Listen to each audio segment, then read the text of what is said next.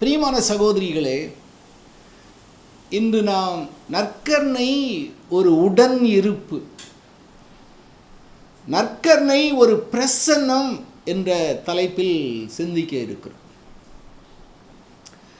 நேற்று அந்த நற்கருணைக்கு பல பெயர்கள் உண்டு. அதில் ஒரு பெயர்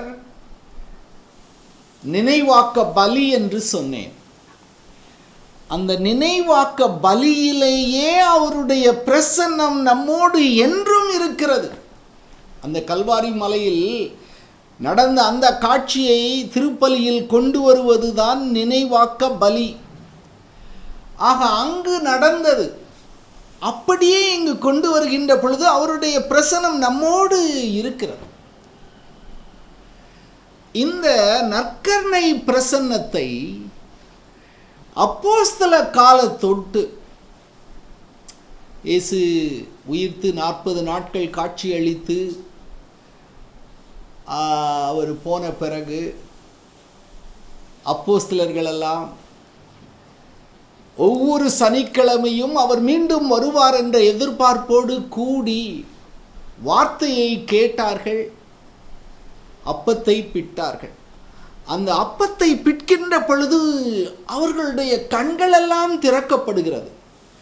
அந்த அப்பத்தை பிடுகின்ற பொழுது அவர்களுடைய இதயமெல்லாம் பற்றி எரிகிறது. காரணம், அந்த அப்பம் பிடுதலில் உடன் இருக்கக்கூடியவர் இயேசு கிறிஸ்து, அவருடைய பிரசன்னம்.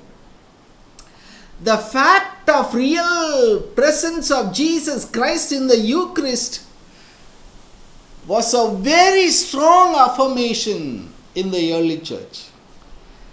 ரொம்ப ஆழ்ந்து அவர்கள் அதை நம்பினார்கள், இயேசு பிரசன்னமாக இருக்கிறார் என்று. மத்தேயு நற்செய்தி 26:26 27, இது என் உடல், இது என் இரத்தம் என்று அந்த மத்தேயின் குழுமம் கம்யூனிட்டி ப்ரோக்ளைம். அதில் அவர்களுக்கு எந்த ஐயமும் அச்சமும் இல்லை, அவநம்பிக்கையும் இல்லை. நம்பினார்கள், இது அவருடைய உடல், இது அவருடைய இரத்தம். Mark 14:22-24, this is my body, this is my blood. Mark and community believed in the real presence of Jesus Christ.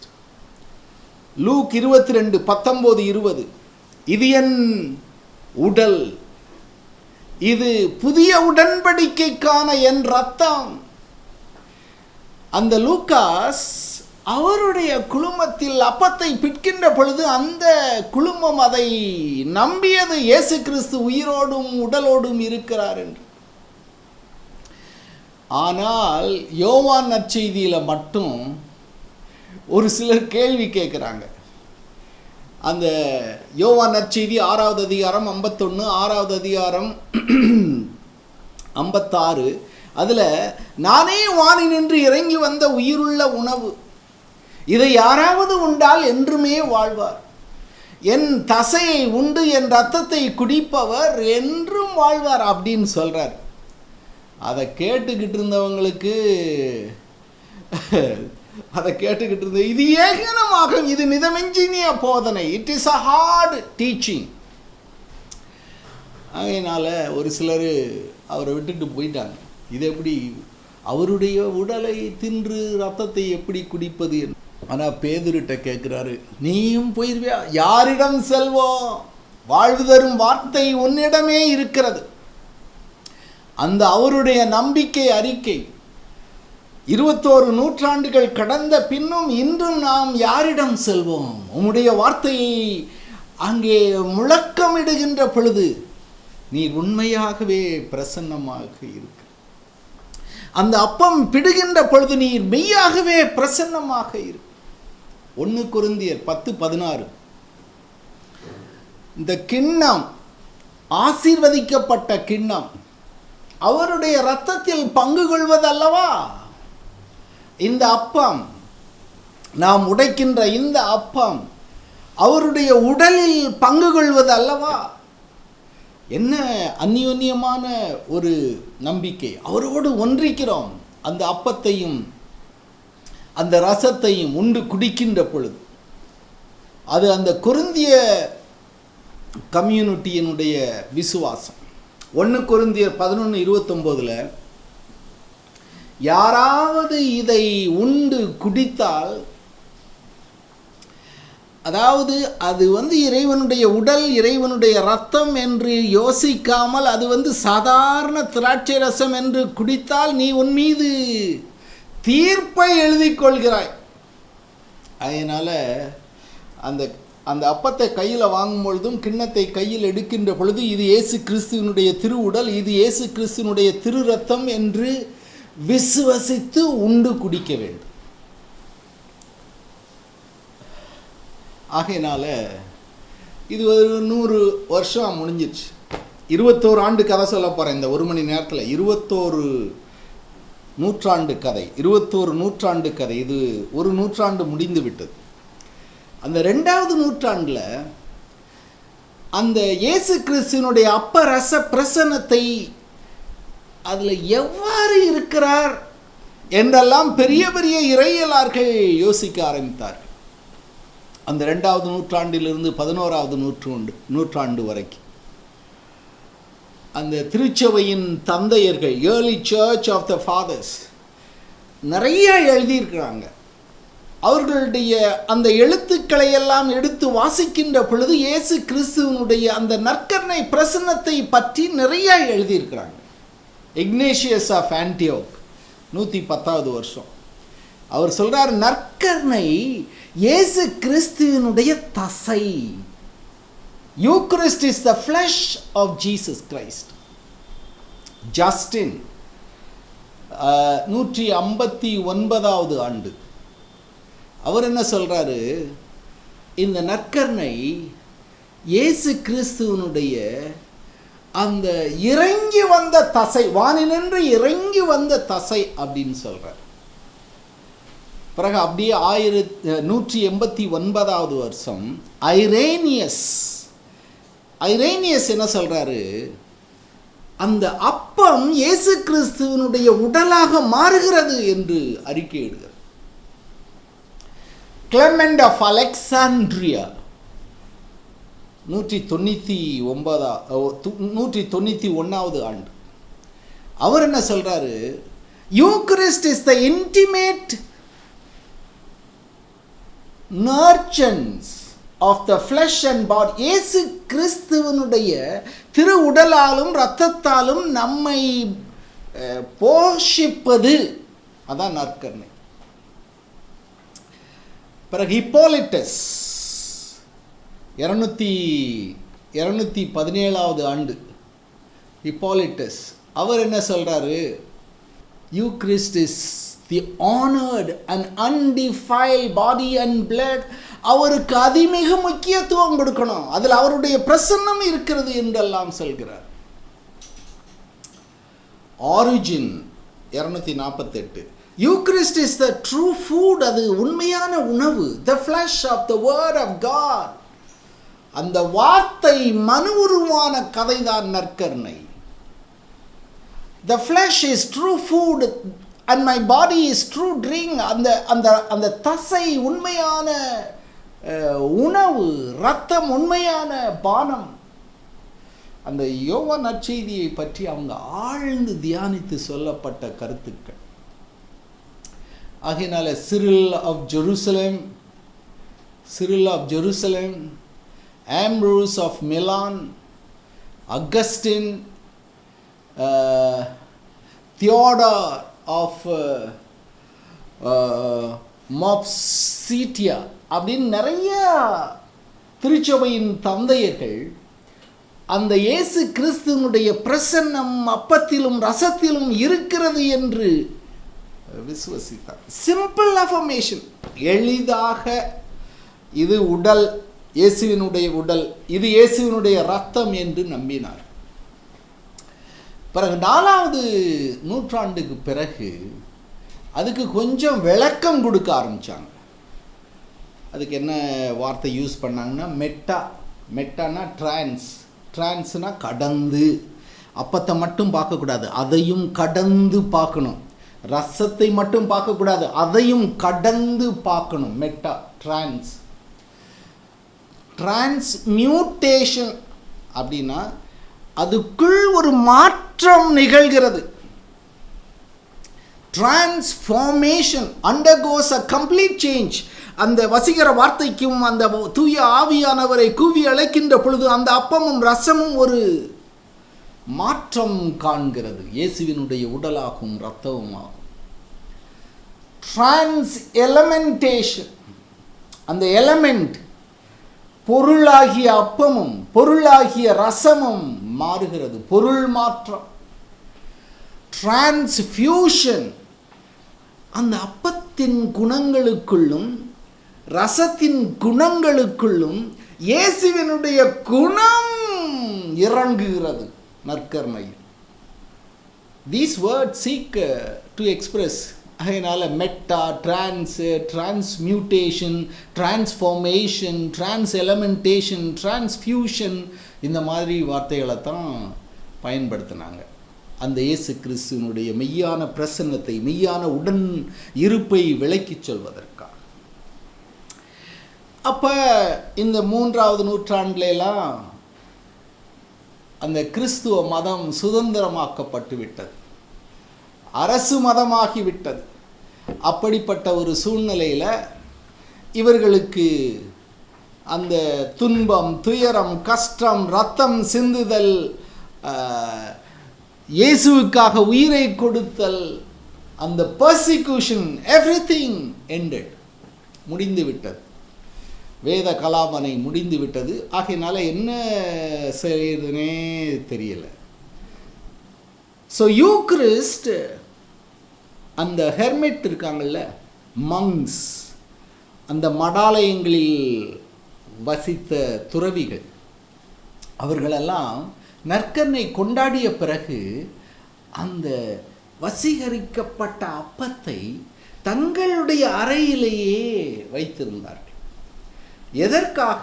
தங்களுக்கு நற்கருணை கொடுப்பதற்காக. ஓகே, இது இந்த ஈஸ்ட் பாலஸ்தீன், ஈஜிப்டு, இந்த பகுதியில் உள்ள மடாலயங்களில் வசித்து வந்த துறவிகள். The immediate purpose of reservation, அந்த நற்கருணையை அவர்கள் பாதுகாத்து வைத்ததே அவர்களுக்கு நற்கருணை கொடுத்து கொள்வதற்காக. காரணம், எல்லா நாளும் அவங்க திருப்பலி கொண்டாடல, மாதத்தில் ஒருக்க, வாரத்தில் ஒருக்க. ஓகே, ஆகையினால அந்த நற்கருணை கொண்டாடிய பின்பும் அந்த வசீகரிக்கப்பட்ட அப்ப ரசத்தில் அவருடைய பிரசன்னம் மெய்யாகவே இருக்கிறது என்று இந்த துறவிகளெல்லாம் நம்பினார்கள். The rite of fermentum, அதுக்கு பேர் கமிங்லிங். கமிங்லிங் அப்படின்னா அந்த நீங்கள் எல்லாம் உலகின் பாவங்களை போக்குகின்ற அந்த ஜெபத்தை 3 முறை சொல்லிக்கிட்டு இருக்கும்போது குருவானவர் அப்பத்தை பிட்பார். அந்த அப்பத்தை பிட்கின்ற பொழுது அதில் ஒரு சின்ன துண்டை பிச்சு அந்த கிண்ணத்துக்குள்ளே போடுவார். ஃபெர்மென்டும், okay, a particle of the Eucharistic bread, okay, transported. அதாவது போப்பாண்டவர் அப்பத்தை பிட்கின்ற பொழுது அதில் சின்ன சின்ன துண்டா பிச்சு எங்கெங்கே ஆயர்கள் அருகில் இருக்கிறார்களோ அவர்களுக்கு அனுப்பி வைப்பார்.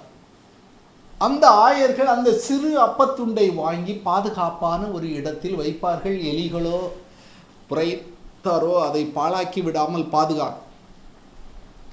அவ்வாறு பாதுகாக்கின்ற வேளையில்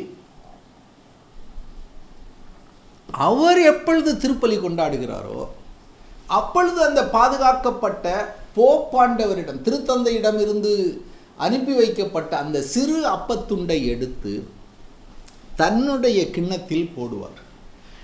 அதைத்தான் இன்னைக்கு திருப்பலியில் குருவானவர் அவரே பிட்கிறார், அவரே ஒரு சின்ன துண்டு எடுக்கிறார், அவரே உள்ளே போட்டுக்கிறார்.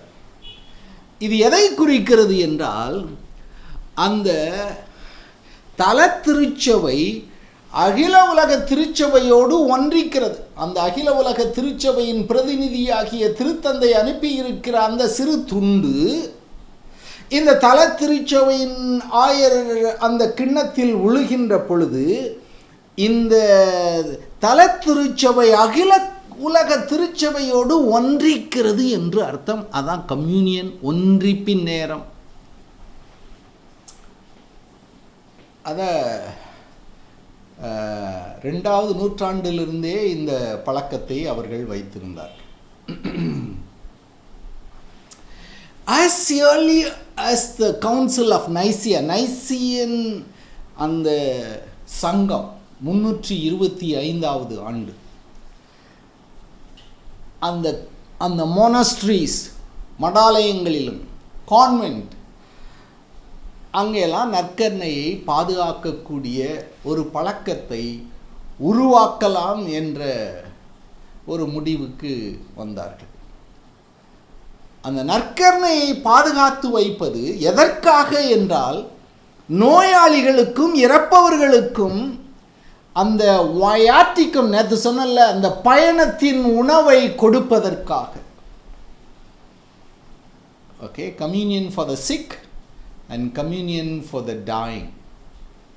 அதற்காக இந்த கான்வென்ட், மோனஸ்ட்ரீஸ், இங்கெல்லாம் இந்த நற்கருணை பேழையை வைக்கலாம் அப்படின்னு 325வது வருஷத்திலே முடிவு பண்ணிட்டாங்க.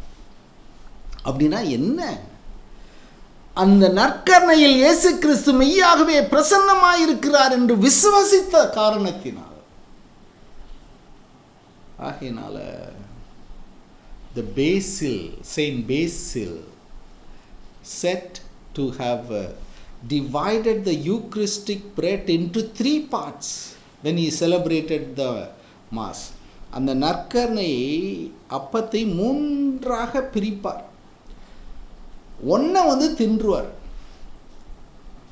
ஒன்றை அருகில் இருக்கிற துறவிக்கு கொடுத்துருவார், இன்னொன்று தங்கத்தினால் செய்யப்பட்ட பாத்திரத்தில் அதை வைத்து பீடத்தில் வைப்பார். அதை பாதுகாத்து வைக்கிறது. இது எதை குறிக்கிறது? அதில் இயேசு கிறிஸ்துவினுடைய பிரசன்னம் நற்கருணையை கொண்டாடிய பிறகும் இருக்கிறது என்பதை குறிக்கிறது. இப்போ இப்படி குறிக்கிறது அப்படின்னா, எல்லார் மனசுலையும் ஒரு சிந்தனை ஓடிச்சு. அப்போ இந்த நற்கருணை கொண்டாடுகின்ற வேளையில், எந்த வேளையில் இயேசு கிறிஸ்துவினுடைய பிரசன்னம் மெய்யாகவே இறங்கி வருகிறது என்று கேட்க ஆரம்பித்தார்கள். அப்போ அங்கே கிழக்கத்திய திருச்சபையும் வடக்கத்திய திருச்சபையும் இருந்தது. Western church and Eastern Church. Western Church is the Roman Catholic Church, the Europe. The Eastern Church, the Orthodox Church, Palestine and the Asia Minor, அந்த பகுதிகளை சார்ந்தது. ஆக அந்த வெஸ்டர்ன் சர்ச், மேற்கத்திய திருச்சபை, இயேசு கிறிஸ்துவனுடைய வார்த்தையை குருவானவர் உச்சரிக்கின்ற வேளையில் இயேசு மெய்யாகவே உயிரோடும் உடலோடும் பிரசன்னமாயிருக்கிறார் என்று கற்பித்தது. அதாவது அப்பத்தை எடுத்து நன்றி செலுத்தி வாழ்த்துரைத்து அதை பிட்டு தம் சீடர்களுக்கு இது என் உடல். அந்த வார்த்தை, அது இயேசுவினுடைய வார்த்தை. அந்த இயேசுவினுடைய வார்த்தையை அந்த அப்பத்தின் மீது உச்சரிக்கின்ற பொழுது, அந்த இயேசுவினுடைய வார்த்தையை ரசத்தின் மீது உச்சரிக்கின்ற பொழுது, அது இயேசு கிறிஸ்துவினுடைய பிரசன்னமாக மாறுகிறது என்று வெஸ்டர்ன் சர்ச், மேற்கத்திய கத்தோலிக்க திருச்சபை அறிக்கையிட்டு. ஆனால் இந்த கிழக்கத்திய ஆர்த்தடாக்ஸ் சர்ச் அவங்க என்ன சொன்னாங்க? தூய ஆவியானவரை இந்த அப்ப ரசத்தில் கூவி அழைக்கின்ற பொழுது, அந்த தூய ஆவியானவர் இந்த அப்ப ரசத்தின் மீது காலை பனிபோல் விழுகிறார். அந்த தூய ஆவியானவர் இறங்கி வருகின்ற பொழுது இந்த அப்பமும் ரசமும் இயேசுவினுடைய திருவுடலாகவும் இரத்தமாகவும் மாறுகிறது. அதான் அவங்க அந்த தூய ஆவியை வரும்போது கையை அப்படி வச்சுக்கிட்டு இப்படியே கூவி அழைப்பாங்க. பிறகு ஒரு பக்கம் பெல் அப்படியே போய்கிட்டு இருக்கும், ஒரு புறம் அந்த தூபம் காட்டிக்கிட்டே போவாங்க, அந்த சாம்பிராணி புகையெல்லாம் வரும். இதெல்லாம் symbol of the Holy Spirit, தூய ஆவியினுடைய வருகைக்கு, இயேசு கிறிஸ்துவினுடைய அந்த பிரசன்னம் இங்கே நிரம்புகிறது என்பதை காட்டுவதற்காக. ஆகையினால இந்த மக்கள் எல்லாம் என்ன சொன்னாங்க, அப்ப அந்த நேரத்தில் இயேசு கிறிஸ்து பிரசன்னமாய் இருக்கிறார் என்றால் எங்களுக்கு அப்பத்தையும் கிண்ணத்தையும் உயர்த்தி காட்டுங்கள், நாங்கள் அதை பார்க்க வேண்டும், அதை ஆராதிக்க வேண்டும், அதிலிருந்து அருளை பெற்றுக்கொள்ள வேண்டும் என்று மக்கள் வேண்டினார்கள். ஆக குருவானவர்கள் திருப்பலியில் அந்த அப்பத்தையும் ரசத்தையும் உயர்த்தி பிடிக்கக்கூடிய ஒரு சூழ்நிலை. அந்த அப்பத்தையும் ரசத்தையும் உயர்த்தி பிடிக்கின்ற வேளையில் ஜெனிஃப்ளெக்ஷன், மண்டியிடுதல், குருவானவர் மக்கள் மண்டியிட்டு வணங்குதல், அவர் அப்படியே விட்டு. எங்கள் ஊரில் அந்த காலத்தில் நான்லாம் சின்ன பையனாக இருக்கும்போது செவத்தியம் அப்படின்னு ஒருத்தர் இருந்தார். ஒரு வேஷ்டியும் துண்டு மட்டும் போட்டு தான் பூசைக்கு வருவார். அப்படியே துண்டை மடிப்பிச்ச மாதிரி ஏந்துவார் அந்த எழுந்தருளி ஏற்றத்தில். இதே கதி தான் அந்த மிடில் ஏஜஸில். ஆண்டவருடைய பிரசன்னம் இந்த அப்ப ரசத்தில் இறங்கி வந்திருக்கிறது, அதை எழுந்தருளி ஏற்றம் செய்து நமக்காக உயர்த்தி பிடிக்கிறார்கள், அதிலிருந்து அருளையும் அன்பையும் பெற்றுக்கொள்ள வேண்டும் என்று. ஆனால் அந்த காலத்தில் திருப்பலி லத்தீன் மொழியில் நடந்ததுனால ஒருத்தருக்கு ஒன்றும் விளங்காது. ஆகையினால பக்கத்தில் இருந்த அந்த ஆல்டர் பாயை குருவானவர் லேசாக தட்டுவார். அந்த ஆல்டர் பாய் மணி அடிப்பார். மணி அடித்த உடனே மக்கள் எல்லாம் இயேசு கிறிஸ்துனுடைய பிரசன்னத்தின் நேரம் இது, எல்லோரும் அங்கங்கே பராக்கு பார்த்துக்கிட்டு இருக்கவங்களாம் இங்கே பாரு அப்படின்னு சொல்லிட்டு வந்துடுவாங்க. So ringing of the bell came, அதுக்காண்டி தான் பெல் அடிக்கிறது. இன்றைக்கி தமிழ் மொழியில் நடக்கு, எல்லாருக்கும் அங்கே என்ன நடக்குன்னு தெரியுது, சாமியார் தூக்கி பிடிக்கும் போது என்னத்தை தூக்கி பிடிக்கிறாருன்னு தெரியுது, இருந்தாலும் பெல் அடிக்கிறோம். பெல் அடிக்க தேவையே இல்லை. அந்த காலத்தில் லத்தீன் மொழியில் விளங்காமல் இருக்கிறதுக்காக வேண்டி இது இயேசுவினுடைய பிரசன்னத்தின் நேரம் என்று அறிக்கையிடுவதற்காக அடிக்கப்பட்ட மணி அது. ஆனால் இன்றைக்கி மணி அடித்த உடனே இன்னும் உணர்வு கொஞ்சம் கூடும். அதுலேயும் ஒரு சில முக்கியமான நேரத்தில் கோயில் மணி அடிப்பாங்க, டாயின் டாயின், அப்படியே குருவானவருக்கே புல் அரிக்கும், இயேசு கிறிஸ்துவனுடைய பிரசன்னம் இறங்கி வரக்கூடிய நேரம் என்று. பிறகு அந்த காலத்தில் ஒரு திருப்பலி தான் ஒரு குருவானவர் ஆற்ற முடியும், அதையும் தனித்து தான் அந்த திருப்பலியை நிறைவேற்ற வேண்டும். கூட்டு திருப்பலி எல்லாம் அனுமதி கிடையாது.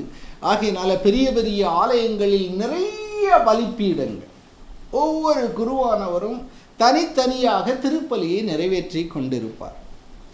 7 மணிக்கு ஒரு பீடத்தில் எல்லா மக்களும் அந்த 7 மணிக்கு ஆண்டவருடைய எழுந்தருளி ஏற்றம் எப்பொழுது வரும் என்று காத்து கொண்டிருந்த அந்த எழுந்தருளி ஏற்றத்தை மட்டும் கண்டு பார்த்து அருளை பெற்றுவிட்டு அப்படியே அடுத்த பீடத்துக்கு போயிடுவார்.